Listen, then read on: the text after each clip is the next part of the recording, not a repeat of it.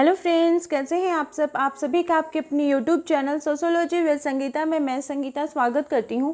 और इस चैनल के माध्यम से हम लोग सोशियोलॉजी की कम्पिटिटिव एग्जाम के प्रिपरेशन करते हैं। आपको इस चैनल में डेली 2 क्लासेस मिलती है, जिसमें कि मॉर्निंग के क्लास में हम लोग कवर कर रहे हैं बिहार स्टेट बीपीएससी और आपका झारखंड सहायक आचार्य के सोशियोलॉजी के सिलेबस को। और रात के 8 बजे हम लोग कवर करते हैं झारखंड लेडीज सुपरवाइजर और झारखंड सीडीपीओ के सिलेबस को। आपका जो मॉर्निंग का क्लास है ये रिवीजन क्लास चल रहा है, जिसमें कि आपको टॉपिक वाइज आपके सारे एमसीक्यू को कवर करवाए जा रहे हैं। और बिहार स्टेट का जो आपका एग्ज़ाम होने वाला है, इसका जो एग्ज़ाम का पैटर्न रहेगा वो आपका पीजीटी लेवल का रहेगा, क्योंकि पेपर 1 का जो एग्ज़ाम हुआ है वो टीजीटी लेवल का आया है। तो आपका जो एग्ज़ाम होगा वो पीजीटी लेवल का होगा। तो इसलिए मैं ये सारा ही क्वेश्चन जो लेकर आई हूँ ये जीआईसी पीजीटी लेवल का क्वेश्चन है। तो चलिए एक एक करके हम लोग क्वेश्चंस को कवर करते हैं। और आज का जो हमारा टॉपिक है वो है समाज।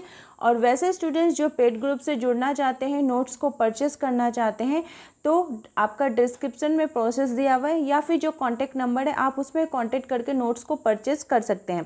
तो पहले क्वेश्चन से हम लोग अपना स्टार्ट करते हैं। क्लास अगर आपको हेल्पफुल लगे तो इसे अपने दोस्तों के बीच शेयर करना ना भूलें। पहला क्वेश्चन पूछा जा रहा है कि मार्क्स के समाज को 2 वर्गों में विभाजन का परीक्षण किसने किया है और एक तीसरे वर्ग मध्य वर्ग को जोड़ दिया।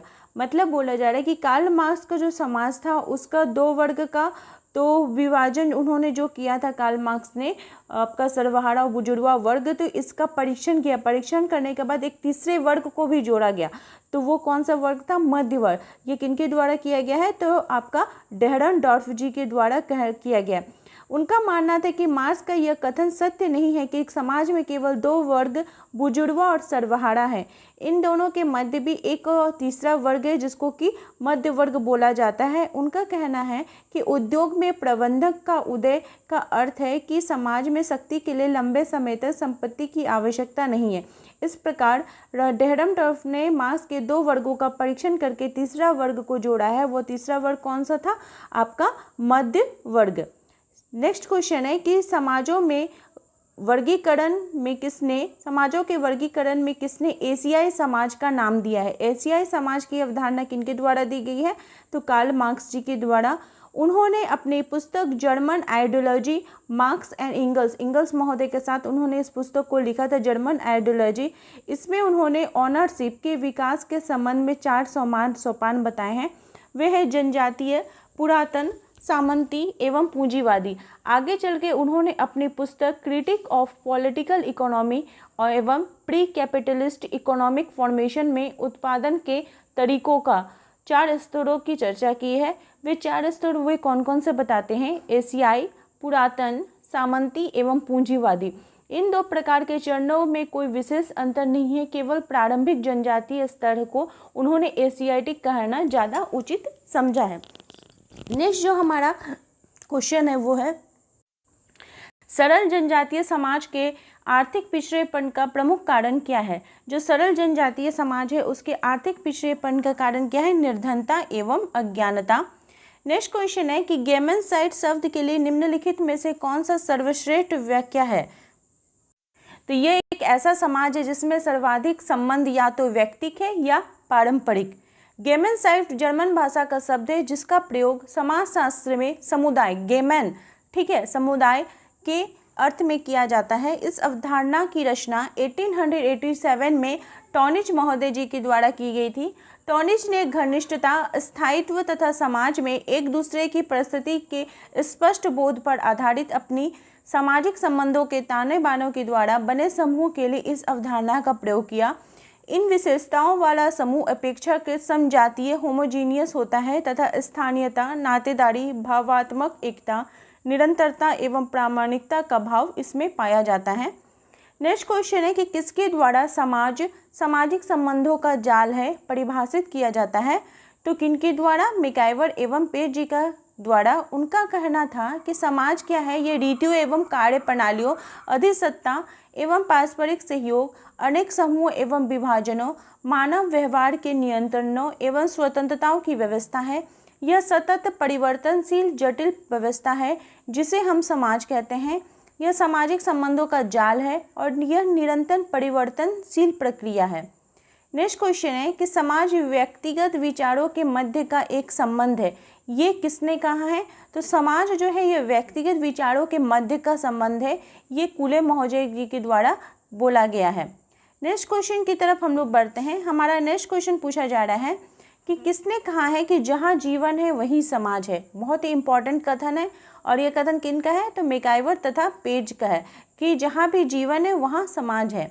इसके लिए वो इसका एक्सप्लेनेशन करते हुए बताते हैं कि मानव समाज के अलावा पशुओं एवं कीड़ों मकोड़ों में भी समाज होता है। आप चींटी को भी देखते होंगे कि वो लोग लाइन से जानते हैं, यानी उनके अंतर्गत भी सामूहिकता की भावना देखने को मिलती है। पशु भी अपने माँ को पहचानते हैं। एक गाय का जो बछड़ा होता है वो उसी का दूध पिएगा जो उसकी माँ होती है। उसी प्रकार से पशुओं के बीच भी सामूहिकता के साथ कुछ जागरूकता भी होती है, पर उनमें जागरूकता की जो मात्रा होती है वो बहुत कम होती है। ठीक है, इससे भी यह भी महत्वपूर्ण यह है कि उनके भी सीखने की क्षमता जो है वो बहुत कम होती है, लेकिन फिर भी पशु सीखते हैं। आप कुत्ते को देखिएगा कि वो भी आपका सीखता है, वो भी आपका, आप जिस प्रकार से उसके साथ व्यवहार करते हैं वो भी आपके साथ वैसा व्यवहार करता है, क्योंकि वो सीखता है। सिर्फ यही अंतर रहता है कि उसके अंतर्गत आपकी संस्कृति नहीं पाई जाती है।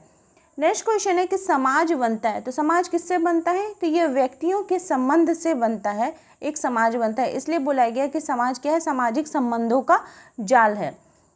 नेक्स्ट क्वेश्चन पूछा जा रहा है कि निम्नलिखित में से किससे समाज मूलतः प्रकट होता है? तो समाज किससे प्रकट होता है? तो यह संबंधों से प्रकट होता है। ठीक है, व्यक्ति के संबंधों के साथ प्रकट होता है। नेक्स्ट क्वेश्चन है कि पशुओं में समाज तो होता है पर डैश नहीं होती है। तो पशुओं में आपको समाज तो देखने को मिलेगा, लेकिन उसके अंतर्गत आपको संस्कृति देखने को नहीं मिलेगी। आपका नेक्स्ट क्वेश्चन पूछा जा रहा है, सरल समाजों में राजनीतिक संगठन का सामान्यतः कौन सा आधार होता है? तो सरल समाज जो होते हैं उसमें राजनीतिक संगठन का आधार नातेदारी होता है। सामान्यतः जनजातीय समाजों को सरल समाजों के रूप में समझा जाता है। जनजातीय समाजों की अपनी भाषा, संस्कृति एवं अपनी ही किस्म की एक राजनीतिक व्यवस्था होती है। वे एक निश्चित भूभाग में फैले हुए होते हैं। जब वे दो खंडों में विभाजित होते हैं तो उसे अर्धांश कहते हैं, और जब वे दो से अधिक खंडों में विभाजित होते हैं तो प्रत्येक को बहुअंशक कहा जाता है। सरल समाजों में राजनीतिक संगठन एवं नातेदारी व्यवस्था पर आधारित होती है और उस समाज के अंतर्गत वंश एवं गोत्र की प्रधानता हमें देखने को मिलती है। नेक्स्ट क्वेश्चन पूछा जा रहा है कि आधुनिक समाज शासित है। तो आधुनिक समाज किससे शासित है? तो यह विधि शासन के द्वारा शासित है। आधुनिक समाज विधि शासन यानी कानून के द्वारा शासित है। यह प्रजातांत्रिक मूल्यों पर आधारित होता है। इसका विकास तर्कपूर्ण ढंग से विचार विमर्श कर किया जाता है और यह लिखित संहिता के रूप में पाया जाता है। आदिम समाज का कानून अलिखित होता है, जिसका आधार परंपरा से चली आ रही आपकी सामाजिक प्रथाएं एवं धार्मिक विश्वास होते हैं। नेक्स्ट क्वेश्चन पूछा जा रहा है कि स्वनिर्देशित समाज पर निर्देशित समाज तथा परंपरा निर्देशित समाज की अवधारणा किसने दी है? तो स्वनिर्देशित समाज पर निर्देशित समाज तथा परंपरा निर्देशित समाज की जो अवधारणा है यह डेविड रिचमैन जी के द्वारा दी गई है। उन्होंने अपनी इस अवधारणा को अपने पुस्तक द लोनली क्राउड में दिया है। उन्होंने ऐसे समाज को निर्देशित समाज का नाम दिया है जिसके सदस्यों में दूसरे व्यक्तियों की आकांक्षाओं तथा अभिरुचियों के प्रति संवेदनशील होने की प्रवृत्ति होती है। ऐसे समाज अत्यंत गतिशील तथा अव्यक्तिकता लिए होते हैं। इन समाजों का एक विशिष्ट सामाजिक चरित्र होता है जो इतर निर्देशित समाजों से भिन्न होता है। आधुनिक औद्योगिक नगरीकृत नौकरशाह तथा वृहत उपभोग वाली इस प्रकार के उदाहरण हैं। इन समाजों में दूसरे व्यक्तियों के साथ तालमेल बिठाए रखने के लिए एक आवश्यक होता है कि व्यक्ति तत्कालिक सामाजिक परिस्थितियों के अपने अनुरूप अपने आप को ढालते हैं। ऐसे समाजों में व्यक्ति जो है वो दूसरे व्यक्तियों के साथ चलित होते हैं।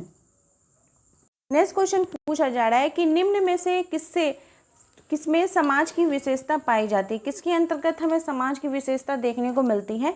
तो आपका जो ऑप्शन नंबर 1 और 2 राइट हो जाता है, यानी समाज के अंतर्गत हमें पारस्परिक जागरूकता और समानता असमानता देखने को मिलती है। किसके अंतर्गत? तो समाज के अंतर्गत। ये इसकी आपकी विशेषताएं हैं। नेक्स्ट क्वेश्चन पूछा जा रहा है कि निम्न में से कौन एक समाज की विशेषता नहीं है?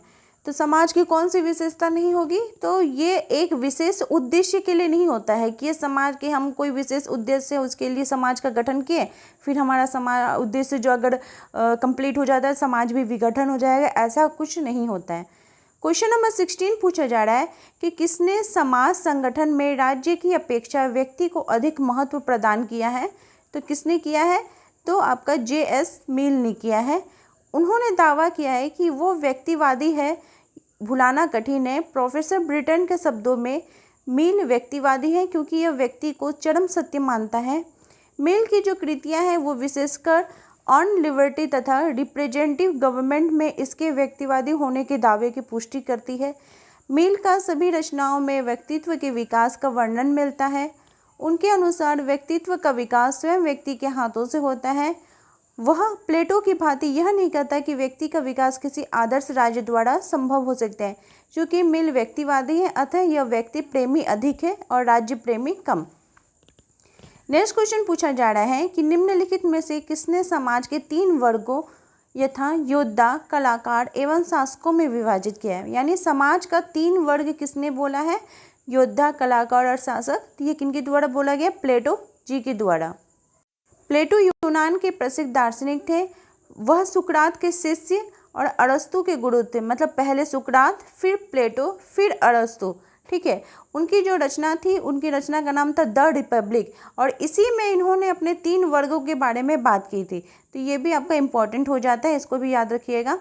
नेक्स्ट क्वेश्चन है कि समाज में शासक वर्ग की अवधारणा किसने विकसित की है। तो समाज में शासक वर्ग की अवधारणा जो विकसित की है ये जी मोस्का जी के द्वारा की गई है। पेरेटो और मोस्का कट्टर अभिजनवादी थे। पेरेटो ने मानव समाज को 2 वर्गों में बांटा था, एक अभिजन और एक गैर अभिजन। मोस्का ने भी मानव समाज को 2 वर्गों में बांटा था, एक शासक वर्ग और एक शासित वर्ग। नेक्स्ट क्वेश्चन है कि पवित्र समाज की अवधारणा किनके द्वारा दी गई है।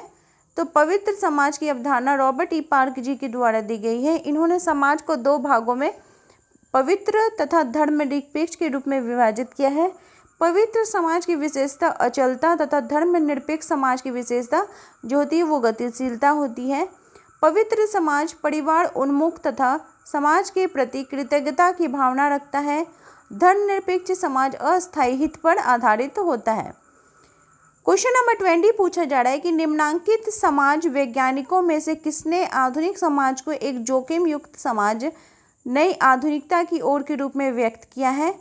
तो ये किनके द्वारा किया गया है, एक जोखिम युक्त समाज नई आधुनिकता की ओर, उल्रिच बेक जी के द्वारा किया गया है और ये इनकी पुस्तक का नाम था। उल्रिच बेक की पुस्तक का नाम क्या था, एक जोखिम युक्त समाज नई आधुनिकता की ओर। इसको याद कीजिएगा। इसमें उन्होंने आधुनिक समाज को व्यक्त किया था। किसको व्यक्त किया था, तो आधुनिक समाज को। क्वेश्चन नंबर 21 पूछा जा रहा है कि निम्नलिखित में से कौन सी औद्योगिक समाज की विशेषता है। तो औद्योगिक समाज की क्या विशेषता होती है, तो ये परंपराओं एवं प्रथाओं का अनुरक्षण करता है। सजातीय एवं वर्ग चेतना की इसके अंतर्गत कमी पाई जाती है। प्रतिस्पर्धा एवं संघर्ष इसमें विद्यमान रहते हैं, अर्थात ये उपर्युक्त सभी इसके हो जाएंगे। औद्योगिक समाज की अगर विशेषता की बात की जाए तो उसकी विशेषता क्या हो जाएगी, आपकी प्रतिस्पर्धा एवं संघर्ष इसकी विशेषता हो जाएगी।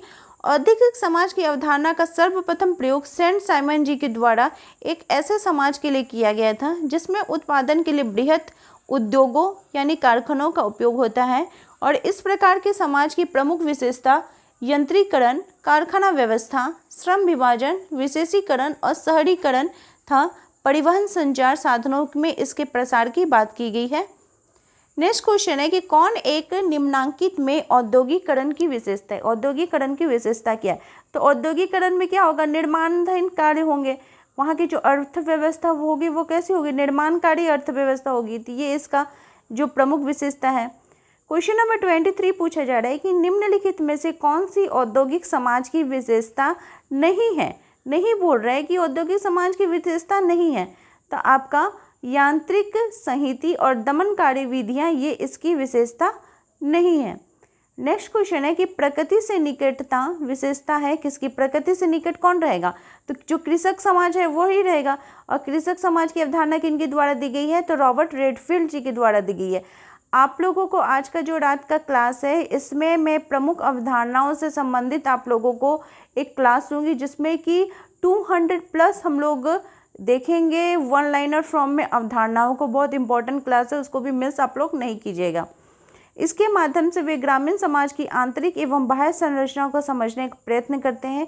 उनकी यह मान्यता है कि विश्व के विभिन्न क्षेत्रों में प्रमुख कृषक समाज पाए जाते हैं। भारत, इथोपिया, ब्राज़ील, यूगोस्लाविया जैसे देशों को कृषक समाज नाम अवधारणा के अंतर्गत सम्मिलित किया गया है। कृषक समाज की प्रकृति कैसी होती है, तो इसके अंतर्गत निकटता का संबंध हमें देखने को मिलता है। नेक्स्ट क्वेश्चन पूछा जा रहा है कि कृषक समाज की अवधारणा का विकास निम्नलिखित में से किसके द्वारा किया गया है, तो रॉबर्ट रेडफील्ड जी के द्वारा किया गया है। नेक्स्ट क्वेश्चन है कि निम्नलिखित में से कौन सी संस्था कृषक समाज व्यवस्था से नहीं है, तो कृषक समाज के अंतर्गत आपको जाति प्रथा देखने को मिलेगी, संयुक्त परिवार देखने को मिलेगा, कुटीर उद्योग देखने को मिलेगा, लेकिन जो तृतीयक उद्योग है ये चीज़ देखने को नहीं मिलेगी। किसमें, तो आपको जो भारतीय कृषक समाज है उसमें। नेक्स्ट क्वेश्चन है कि निम्नांकित में से किस समाजशास्त्री ने अपनी पुस्तक मानव समाज और पशु समाज में स्पष्ट भेद प्रस्तुत किया है, तो ये किनके द्वारा प्रस्तुत किया गया है, किंग्सले डेविस जी के द्वारा। इन्होंने अपनी पुस्तक मानव समाज और पशु समाज में स्पष्ट भेद किया है। उन्होंने इसे स्पष्ट करते हुए बताया है कि मानव ही केवल ऐसा प्राणी नहीं है जो समाज में रहता है, वरन आपको पशु, पक्षी, चींटी, बंदर, लंगूर ये सभी जो जानवर है ये भी आपको समाज के अंतर्गत दिखेंगे। नेक्स्ट क्वेश्चन है कि कृषक सामाजिक संरचना की विशेषता निम्नलिखित में से क्या है, तो जो कृषक समाज है वहाँ की विशेषता कैसी होती है, भूस्वामी तथा भूमिहीन मजदूर, किसान तथा ग्राम साहूकार और किसान तथा फसल साझेदारी, ये सभी चीज़ें आपको देखने को मिलेंगी। और आज का जो क्लास है ये यही खत्म होता है। कल के क्लास में हम लोग सामाजिकरण से संबंध में अपने टॉपिक को कवर करेंगे। तो चैनल के साथ बने रहने के लिए आप सभी का थैंक यू।